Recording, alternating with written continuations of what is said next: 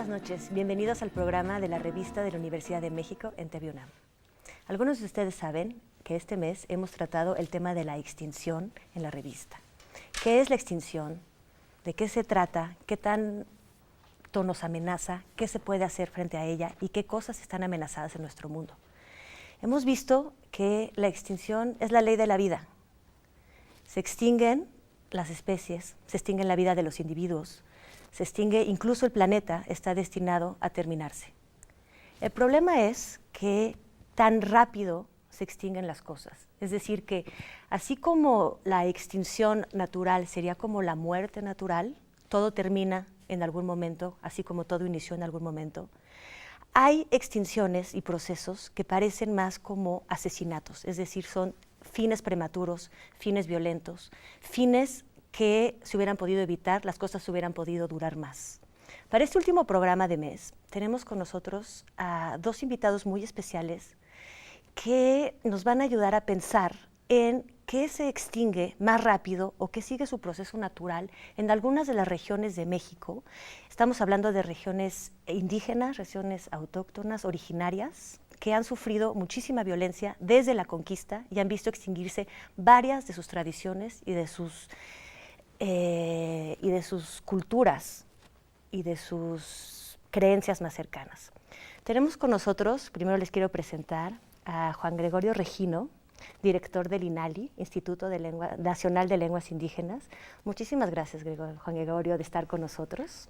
Les presento también a Arturo Gómez. Él es subdirector de etnografía en el Museo Nacional de Antropología. Muchísimas gracias, Arturo. Muchísimas gracias entonces a ambos. Y quisiera comenzar, Juan Gregorio, que nos dijeras de dónde vienes, cuál es esta región, es la región mazateca, dónde se encuentra, qué se habla, qué tipo de tradiciones hay y qué es lo que más recuerdas de tu vida allá. Sí, yo soy originario de la región mazateca. La región mazateca se ubica en el norte del estado de Oaxaca. Abarca también una parte pequeña de la Sierra Poblana y hay un asentamiento importante también en el estado de Veracruz. En el estado de Veracruz básicamente es población reacomodada por la construcción de la presa Miguel Alemán, una obra hidroeléctrica enorme, que en 1955 desplazó a más de 22,000 mazatecos que tuvieron que reubicarse a la región, al estado de Veracruz. De acuerdo. Ese es, digamos, un acontecimiento muy importante que marcó la vida también de la población mazateca, ¿no? O sea, creo que podríamos hablar de varias etapas, pero en el México contemporáneo tendríamos que hablar de dos momentos muy importantes, antes y después de la presa Miguel Alemán. De acuerdo. Entonces, la lengua que nosotros hablamos es la lengua mazateca, una lengua que viene del tronco tomangue, emparentada con el zapoteco, el mixteco, el popoloca, en fin, este grupo de lenguas tonales que creo que también es muy importante mencionar que lingüísticamente tiene más parentesco con el chino, por ejemplo, ¿no?, que con el español o con el inglés. Entonces creo que eso también es un dato relevante. Y creciste, según entiendo, en esta región. ¿Qué es lo que más crees que distingue a los mazatecos, o por lo menos cuál es tu recuerdo más vívido de allá? Un aspecto que perdura y que para mí es fundamental, y eso creo que es un elemento identitario muy fuerte, es un elemento de identidad, de conciencia, que me remite a mi familia, que me remite a mi pueblo, que me remite a mi cultura, a mis antepasados y demás, es la espiritualidad. Creo que la región mazateca es muy fuerte espiritualmente, ¿no? Es lo que nos mueve, es lo que nos da identidad, es lo que nos da vida. Y cuando hablamos de esta espiritualidad tiene que ver con una noción de equilibrio, con una noción, digamos, de convivencia, de armonía con la naturaleza. Uh-huh. El hombre mazateco puede hablar con las deidades, puede hablar con los dueños de los lugares sagrados a través de la palabra, pero también a través del efecto que las plantas, que las semillas, que los hongos o que las flores hacen en el ser humano, en el ser mazateco.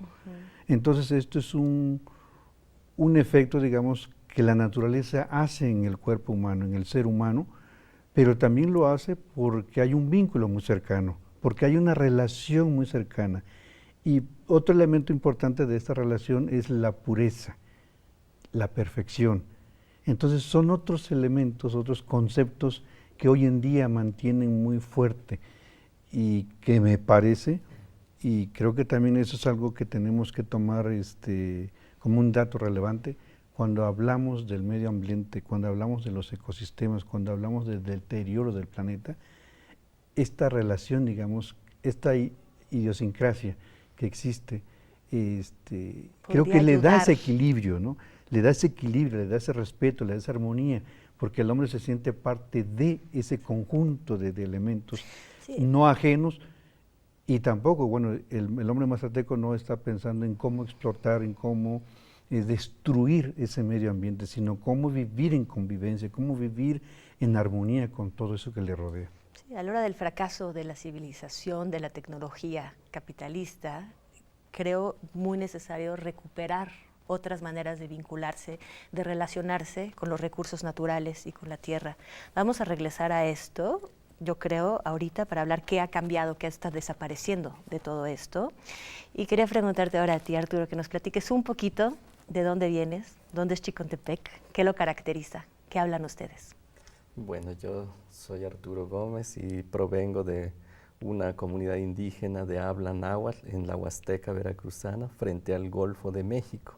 Es una región cultural interesante que se empieza a conformar desde el periodo muy antiguo, desde el periodo prehispánico, primero por la cultura huasteca y luego por las invasiones nahuas hacia esa zona, y más tarde, por supuesto, por la cultura azteca que sometió bajo tributo esa zona. Entonces es una zona rica, muy interesante, y además es una región intercultural importante porque en una misma región conviven nahuas, tepehuas, otomíes y totonacos y tenec. Y hay muchos elementos que confluyen en ellos. Creo que dentro del sistema ceremonial y dentro del proceso económico, dos elementos que lo unifican, como cualquier cultura. Uno es el ciclo del cultivo del maíz, el maíz y todo su entorno social y cultural, y el otro son el calendario ritual. Pero dentro del calendario ritual, dos fiestas importantes que destacan en esta región. Una es las fiestas relacionadas con la primavera, que ahora se celebra el carnaval, pero otra también es el culto a los muertos, la fiesta de los fieles difuntos, y estos están emparentados precisamente con el ciclo vegetativo del maíz. Entonces, la vida ceremonial gira en torno a estos elementos, dos temporadas de cosecha del maíz, que lo van asociando, y el calendario ritual se va vinculando con esto. Por supuesto, sociedades agrícolas muy cercanas a la tierra, quizás volvemos un poquito a esta relación mucho más inmediata con los elementos. Y dime algo, ¿se ha perdido, se ha diluido en algunas comunidades el apego a este calendario? Por ejemplo, el calendario nuestro, nuestras festividades, cuando digo nuestro hablo de quizás el México hegemónico. Sí. ¿Desplazan de alguna manera estas festividades o permanecen? No han desaparecido, han sufrido un proceso de resignificación. Actualmente se celebran los santos, pero los santos solo es un pretexto. El trasfondo de las celebraciones tienen que ver con las fiestas indígenas. Por ejemplo, el carnaval, donde se rinde culto al diablo, donde es una fiesta precisamente que antecede la Semana Santa. En esta región de la Huasteca, particularmente los nahuas, veneran una deidad de la tierra que se llama Tlacatecolotl, hombre búho, que es el señor dador de las riquezas, pero particularmente de los alimentos. y luego en mayo son las fiestas de petición de lluvias. El 3 de mayo, que es Día de la Santa Cruz, inician las fiestas donde se pide la lluvia para que vuelvan a germinar los nuevos granos del maíz. Y dime algo, ¿tú crees que se podría llamar esto sincretismo o es más bien una, como tú dices, una manera de hacer pasar las religiones con otro nombre o otro pretexto? Propiamente las celebraciones rituales es un proceso sincrético, donde se combinan tradiciones tanto del catolicismo popular como del sistema de creencias indígenas, pero algunos símbolos son yuxtaposiciones sacrales. Por ejemplo, la cruz. La cruz está básicamente se sobrepone al árbol de la vida. Entonces eso es importante. ¿Algo similar pasa en la región mazateca? ¿Hay un sincretismo, hay superposición o ha habido desplazamiento de algunas creencias por las nuevas? Me parece que hay transformaciones y creo que es muy importante hacer notar que las transformaciones a veces son positivas y otras son negativas. Porque por una parte, digamos, este proceso de dominación, quieras o no, desplazó muchos elementos originales, digamos, de las expresiones, ¿no?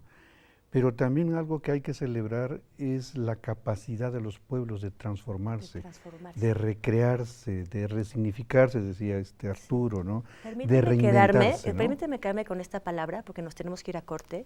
Sí. Lo de adaptarse y transformarse, se dice mucho que las especies que sobreviven no son ni las más fuertes ni las más inteligentes, sino las que mejor se adaptan a los cambios.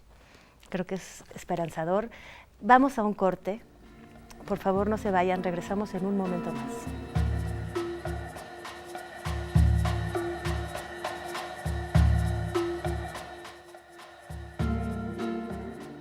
Estamos de vuelta, vamos a continuar escuchando estas historias maravillosas de pueblos y naciones que no están tan lejanos de la Ciudad de México, que algunos de ustedes quizás nos están viendo desde allá o de otras regiones aún más alejadas. Estábamos viendo con nuestro querido Juan Gregorio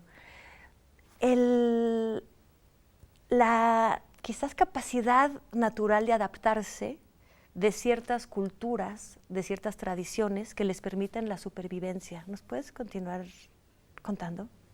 Sí, digo, aquí me remito nuevamente a la experiencia mazateca. Por ejemplo, con este desplazamiento que hubo de arrancarlos de su lugar de origen y reubicarlos a otro lugar, donde tuvieron que adaptarse a un clima diferente, a un contexto, a una población, a un lugar distinto. O sea, y ahí digamos, hay toda una experiencia de adaptación a ese nuevo contexto, ¿no? Entonces, de transformación, de adaptarse, de asimilar muchos elementos de su cultura. Pero también algo interesante que creo que es importante porque las culturas finalmente no son estáticas. La capacidad, digamos, no solamente de absorber, de asimilar, sino también de dialogar con los otros. Claro. De que parte de esa cultura también interactúa, fluye y la otra cultura también se enriquece de esa expresión. Entonces yo creo que es algo, eso... Digamos, la condición humana, creo que eso es importante, ¿no? La capacidad que tiene de adaptarse, de saber absorber, de saber asimilar de otras tradiciones, y creo que de eso estamos hechos, de muchas tradiciones. Claro, ¿no? Aquí el problema quizás, lo que yo mencionaba al inicio, es cuando violentamente uno se impone sobre otro en vez de que haya diálogo. Claro. Me imagino que un poco lo que hacen en el INALI, a través de las lenguas, que se trata de reforzar, de promover, de rescatar algunas quizás, es precisamente que se puede establecer este diálogo y que no sustituir una por otra, sino establecer un diálogo igual en el que se puedan nutrir unos de otros. Aquí lo importante es reconocer que el poseer una lengua constituye un capital intelectual, que es una manera de fortalecernos, de desarrollar humanamente, digamos, la personalidad al ser humano, ¿no?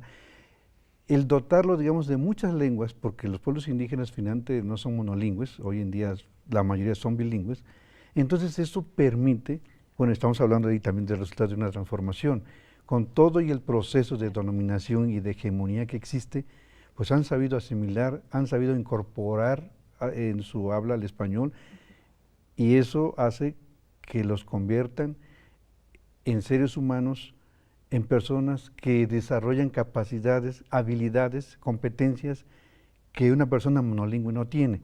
Entonces es lo importante en el INALI, crear conciencia de lo importante que es la lengua. O sea, reconocemos que la lengua está inmerso en un contexto social donde hay subordinación, donde hay discriminación, pero aquí también lo más importante es ver la lengua desde esta perspectiva, digamos, ¿no? Como parte del desarrollo humano, como un potencial intelectual que al hablar una lengua, pues te hace poseer muchas habilidades, más, ¿no? Sí, dialogar de una lengua a otra, tener varias lenguas permite ese diálogo mucho mejor. Claro. Quiero ver, Arturo, tú también provienes de una institución que es el Museo Nacional de Antropología. En el museo también hay un trabajo de revitalización al poner los objetos. Hay una idea, un prejuicio en el que se imagina que llegar al museo, meter algo al museo es porque ya está muerto. Se expone algo que fue. ¿Cómo funciona esto? Sí, o contrariamente, y lo que yo pienso probablemente es lo que sucede, sea que al contrario, es algo vivo que permite revitalizar los saberes, las técnicas, las artesanías. Sí, creo que es todo lo contrario. Tenemos dos tipos de soportes de materiales, el material arqueológico, que es de las culturas ya extintas, pero al mismo tiempo lo que se hace destacar es precisamente la grandeza de estas culturas. El caso de las salas de etnografía del cual yo represento es un asunto distinto. Lo que tratamos de destacar ahí es la producción intelectual de los pueblos indígenas, no precisamente como culturas estáticas, sino como culturas dinámicas. Lo que tratamos de mostrar son procesos culturales tan distintos que se evidencian a través de las colecciones, a través de los objetos, cómo estos objetos han ido transformándose, adaptándose a nuevas necesidades. Al final de cuentas, las culturas adoptan y adaptan sus propias necesidades y ante los embates modernos, todo esto, el fenómeno de la globalización y la mundialización, que son cosas muy distintas, las culturas pues tratan de sobrevivir. En procesos de mundialización es muy interesante cómo los pueblos pueden pendular entre la tradición y la modernidad. De alguna manera sus elementos culturales los destacan no solo en su lugar de origen, sino fuera de esos contextos. Así vemos artistas indígenas que pueden participar con otros artistas de otras culturas y nuevamente regresan a sus pueblos a participar nuevamente de su cultura local, de su cultura de la sociedad. Entonces se puede reforzar por supuesto. Las técnicas ancestrales gracias sí. también a esta proyección y esta atención, o sea, esta visibilización. Sí, es visibilizar las culturas. De hecho, el museo, las colecciones de etnográficas no son precisamente para guardarlas, sino son fuentes de información, fuentes de consulta. En los últimos años, los últimos meses hemos tenido visitas de comunidades donde van a revisar sus objetos, cómo eran antes, precisamente para regresar a un asunto que llamamos el sustrato matricial, para no perder el horizonte de esas culturas, particularmente con textiles. Qué maravilla. Juan Gregorio, en el número de la revista de este mes, Extinción, el doctor León Portilla escogió un poema tuyo que dedicas a María Sabina. Para el auditorio, si no lo sabe, María Sabina era de la región mazateca y se llama Nasabí. Y en un momento dices, es necesario que sepas que mudo ha quedado el cerro, que huérfana has dejado la semilla, que ya se marchita la flor. Esa flor, herencia de tu estirpe, la inspiración, la poesía, el canto y la sabiduría. Entonces, la sabiduría que tú decías, en este poema la comparas a una flor que se marchita. ¿Es verdad? ¿Se está marchitando la sabiduría? Yo creo que se viene transformando, como decía hace rato, la transformación no siempre es positiva, también hay una transformación negativa. Y ahí me refiero, digamos, a que esta tradición chamánica, que en los mazatecos es muy fuerte, hay una generación, digamos, también de aprendices que les interesa más lucrar con la tradición que ser verdaderos chamanes, que ser auténticos, poseedores de la palabra, del verbo, del conocimiento. A eso me refiero, porque siento que se está popularizando mucho esta tradición chamánica, y siento que eso debe guardar respeto. O sea, no cualquiera es chamán. Claro. Hay toda una escuela, hay toda una formación que mucha gente no lo cumple, no lo realiza, y de repente pues ya se está asumiendo y está practicando chamanismo, cuando creo que eso, en lugar de que la cultura florezca, se visibilice como eso que decía, ¿no? Esto que lo caracteriza, y eso sea, digamos, una forma de mostrar al mundo qué son los mazatecos, entonces distorsionan la tradición. Es la otra cara de la moneda de lo que mencionaba Arturo, Sí. ¿no? Sí. Siempre hay estos como dos, el yin y el yang, siempre estas fuerzas encontradas. Por un lado, visibilizar, ¿no? Ayuda a dar valor, a reanudar con los saberes y las tradiciones, y por otro lado puede derivar en esto, en una vulgarización, quizás, ¿no? Sí, eso es muy importante, que al interior de las culturas también tengamos conciencia de lo que pasa con nuestro patrimonio, ¿no? O sea, saber que no toda la transformación que está ocurriendo es positiva, que muchas veces el buscar, priorizar el lucro deteriora, digamos, la imagen, deteriora la tradición, el saber, y la escuela que rige, digamos, la formación de un chamán. Claro, el lucro inmediato en realidad erosiona el valor, el patrimonio, ¿verdad? Arturo, tú me comentabas que también, yo sé que eres un especialista en textiles, incluso que enseñas algunas técnicas textiles, lo cual me parece maravilloso. También tienes conocimientos en medicina y herbolaria tradicional. Sí. Y quería saber, hemos hablado de espiritualidad, de chamanes, si esos conocimientos tan valiosos, que se han legado por años, que se han confiado quizás de boca a oreja en los pueblos, se han perdido, hay cosas que se han perdido irremediablemente, o se han logrado reintegrar a la tradición y de alguna manera dialogar con la medicina que conocemos como alopática. Bueno, han tomado caminos distintos. En el caso de las artes textiles, es muy interesante que los soportes principales, que son las fibras, se han mantenido de la época prehispánica hasta la actualidad. Los algodones, toda esta producción intelectual en producir algodones pigmentados, cafés, hasta los tonos verdes, rosas, está bastante difundido tanto en el Pacífico como en el Golfo de México. Y hay un proceso interesante en la transformación y en el olvido, que son las formas de los vestidos. Las formas de los vestidos que entran con la moda en el periodo colonial, pues sí acabaron con muchas formas de estilo prehispánico, y todavía más complejo en el siglo XX, cuando las telas industriales se imponen sobre la manufactura indígena, también porque pues, las necesidades de los pueblos indígenas son distintos.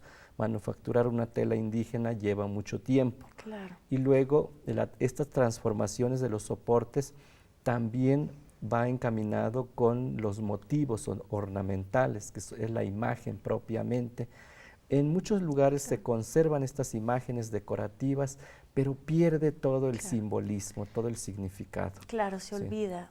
Quizás en el mundo entero la técnica va desplazando las tecnologías, van desplazando las técnicas más antiguas. Y quizás la clave está en siempre guardar, no sé quién de ustedes dos hablaba de un sustrato. de que el espíritu, por lo menos original, permanezca. Quizás sea la lucha a dar. Me encantaría continuar, meterme de hecho en sus ojos y ver todo lo que ustedes han visto. Platicar con ustedes me hace pensar en todas estas regiones, en todas estas bellísimas tradiciones. Me encantaría que pudiéramos platicarlo otra vez. Espero que accedan a volver a venir a este programa. Nos queda pendiente la herbolaria, Sí, con ¿no? gusto, Quizás se han sí. perdido algunas Sí. plantas que ya no permiten preparar las antiguas medicinas. Quiero hablar un poco más de la poesía, la oralidad, todo esto. Ojalá. Muchísimas gracias por acompañarnos. Muchísimas contrario. gracias por Gracias. ayudarnos a ver un poco más claro y de manera quizás más positiva este tema de la extinción, de todo lo que perdemos, pero que podemos recuperar. Muchísimas gracias al equipo de producción, muchísimas gracias a todos ustedes que nos ven del otro lado de la pantalla. Por favor, síganos acompañando. Nos vemos el próximo viernes a la misma hora. Muchas gracias.